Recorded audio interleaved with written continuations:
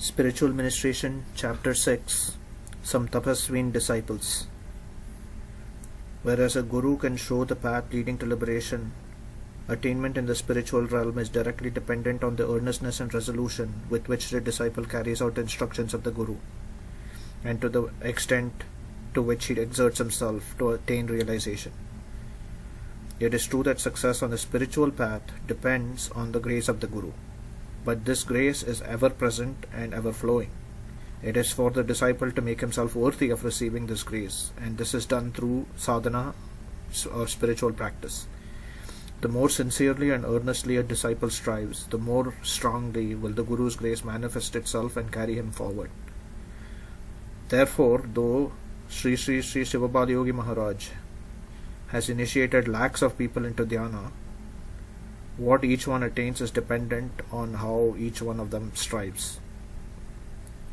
That the grace of Sri Swamiji enables a sincere sadhaka to attain the goal of his sadhana is beyond doubt. This is amply illustrated by the lives and strivings of some of Sri Swamiji's Tapasvin disciples. These lives are briefly narrated in this chapter. Bikini Saraswati Amma. Bikini Saraswati Amma is the daughter of Bikini Venkatratnam, a resident of Singurakshan village in the East Godavari district of Andhra Pradesh. His father used to come regularly to the Adivarapupeta ashram and participate in the kirtan at Sri Swamiji's ashram. On one such occasion, Saraswati Amma requested her father to take her along for Sri Swamiji's darshan, and the father readily agreed. This initial darshan of Sri Swamiji had a profound effect upon the girl. Immediately following the darshan, both the father and the daughter participated in the kirtan that was going on in the ashram. During the course of the kirtan, Saraswati Amma got Hanuman Baba and passed slowly into deep Baba Samadhi. From that day onward, Saraswati Amma used to be in a state of continuous Baba all 24 hours of the day. The continuous state of Baba being experienced by Saraswati Amma was an indication of her spiritual propensity, and so Sri Swamiji decided to initiate her into dhyana with a view of making her sit for tapas.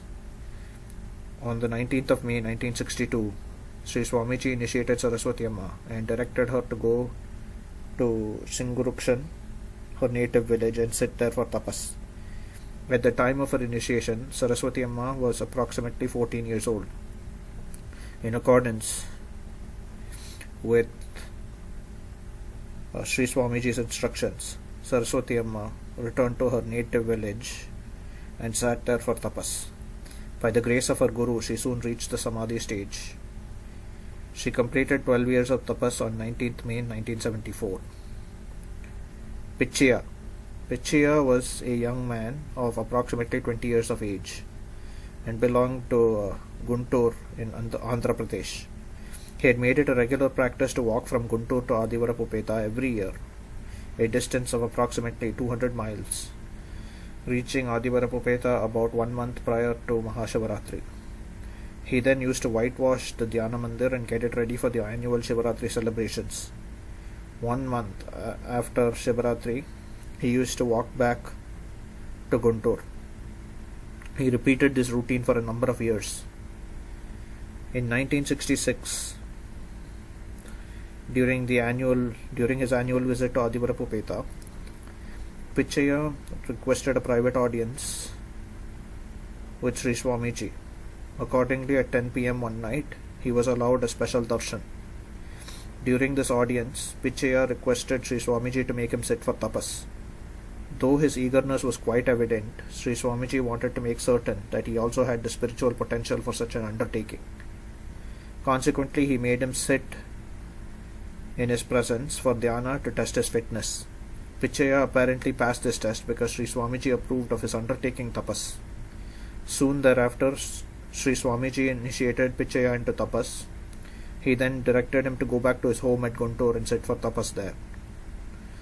Pichaya left for Guntur the next day, and as he walked along, he found to his joy and wonder that he was being preceded by a jyoti or light. He continued to experience this phenomenon throughout his journey to Guntur. On reaching a place called Sankargunta, which lies in the municipal area of Guntur, Pichaya observed that the Jyoti which had preceded him all the way from Adivarapupeta had stabilized at a particular spot in this area. Taking this to be a divine direction, Pichaya decided to sit for tapas at that very spot. By the grace and blessings of Sri Swamiji, Pichaya made rapid progress and was soon absorbed in continuous samadhi for 24 hours a day. This sudden transformation in Pichaya naturally aroused wonder, not unmixed with disbelief among the local residents.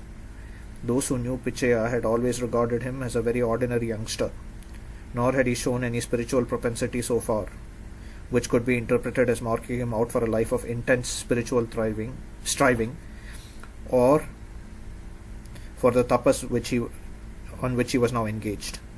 Therefore, it is no wonder that many regarded Pichaya's tapas as an inspired act of gimmickry. Some of those disbelievers, in a foolish attempt to test the genuineness of his spirituality, decided to poison the milk he used to take for his daily nourishment. This happened not once but on a number of occasions. But each time Sri Swamiji came to know of it, and by his grace Pichaya was saved from fatal consequences of the poison. Unfortunately, in 1968, when Sri Swamiji had sat for his 1 year tapas, Pichaya was once again poisoned.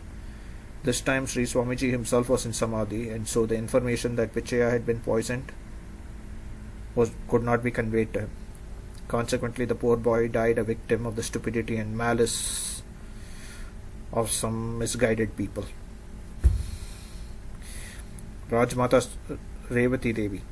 On the demise of her husband, the Maharaja of Patiala, Rajmata Revati Devi of the erstwhile Patiala state had moved to Dehradun and had become a permanent resident of this town. Her stepdaughter, Maharani Kailash Kumari Devi of Patna, used to speak to her about Sri Swamiji in glowing terms, as a result of which she felt greatly attracted toward him. When Sri Swamiji visited Dehradun in the month of June 1966, Rajmata Revati Devi went for his darshan and also took dhyana diksha from him. Thereafter she would go daily for darshan and sit for dhyana in Sri Swamiji's presence. One day she got the Nagendra Bhava, and this Bhava became continuous for the entire 24 hours of the day. This was a clear indicator of her spiritual potential, and as the Rajmata was keen to pursue spiritual practices seriously, Sri Swamiji initiated her into tapas in November 1966. From then on, she came to be known as Nagendra Swami. Side note: Nagendra Bhava is Bhava of the Nag, which remains coiled like a garland around the neck of Shiva. Also see chapter 8 for elucidation of Bhava. Continuing on. As a result of the continuous Nagendra Bhava that she experienced, Nagendra Swami soon developed the power of being able to read the mind and thoughts of any person who came before her like an open book. Again, because she remained constantly under the influence of the Bhava, she could not control or restrain her speech. When she met anyone, she would rattle out whatever she saw by the power of her intuition about the person's character, habits, thoughts and activities. This soon became extremely embarrassing for the people concerned, particularly for her relatives, because they found her blurting out in public some of their most personal and closely guarded secrets, as also many of their unsavory private affairs. Therefore, in order to cloak their own exposure and consequent embarrassment, they spread word around that Rajmata Revati Devi had become mentally deranged. On one occasion, some relatives of Nagendra Swami requested Anandamayi Ma to cure the Rajmata of her seeming aberration and took her to the residence of Nagendra Swami for this purpose. As Anandamayi Ma got down from her car, one of the devotees of Sri Swamiji standing nearby got an Nataraja Bhava, and in that Bhava he drew a line across the entrance to the house. By this act, an invisible barrier appears to have been raised, which Anandamayi Ma was unwilling or unable to cross.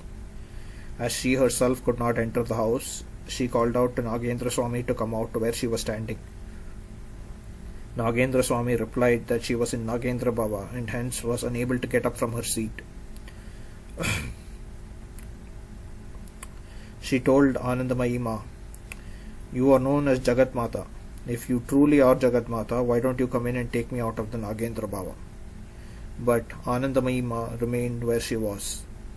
Quite obviously, she was unable to enter the house, let alone remove the Rajmata's Bhava. Finding herself powerless to intervene in the matter, Anandamayi Ma returned to her own ashram.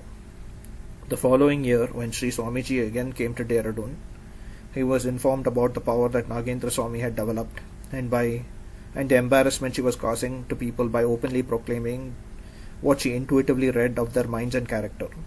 In order to put a stop to this, Sri Swamiji directed Nagendra Swami to observe Mauna, or silence. After a year or so of the observance of this Mauna, Sri Swamiji permitted Nagendra Swami to speak again. But Nagendra Swami found the observance of Mauna so beneficial to her sadhana that she decided to continue observing it indefinitely. When Sri Swamiji initiated Nagendra Swami into tapas, he had prescribed for her a rigorous schedule of sadhana. By assiduously following these directions, and as a result of her own spiritual practices, she became totally transformed. Whereas earlier she had been known and feared for her quick temper and sharp tongue, she now exuded an aura of peace.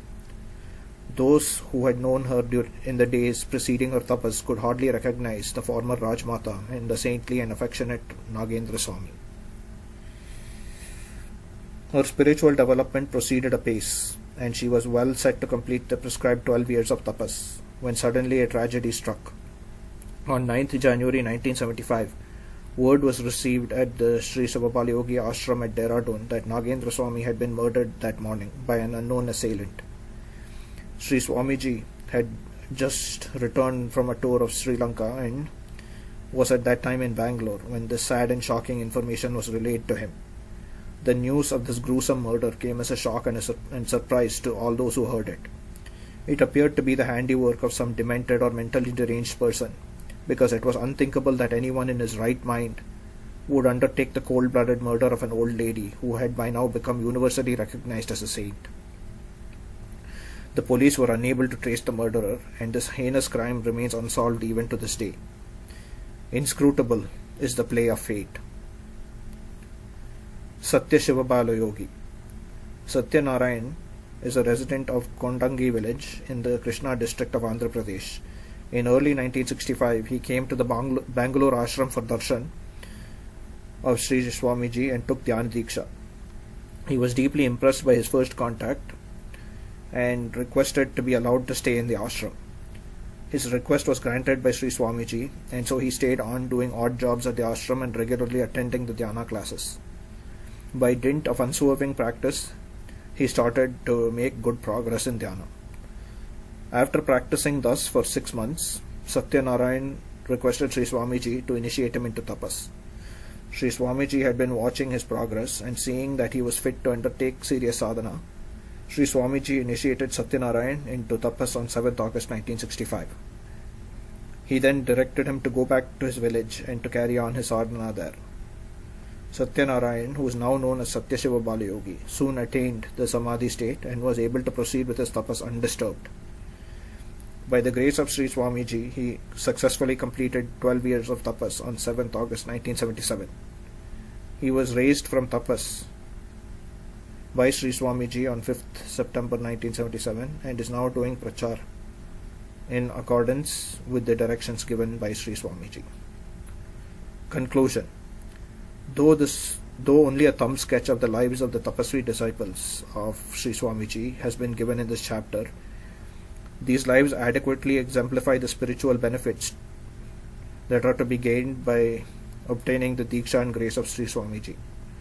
It will be a source of solace and joy for all serious aspirants in the spiritual path to know that in Sri Sivabalayogi Maharaj they have access to a Sadguru who is munificent in bestowing his blessings and who can ferry them to the further shore of this misery-filled ocean of samsara, the cycle of birth and death.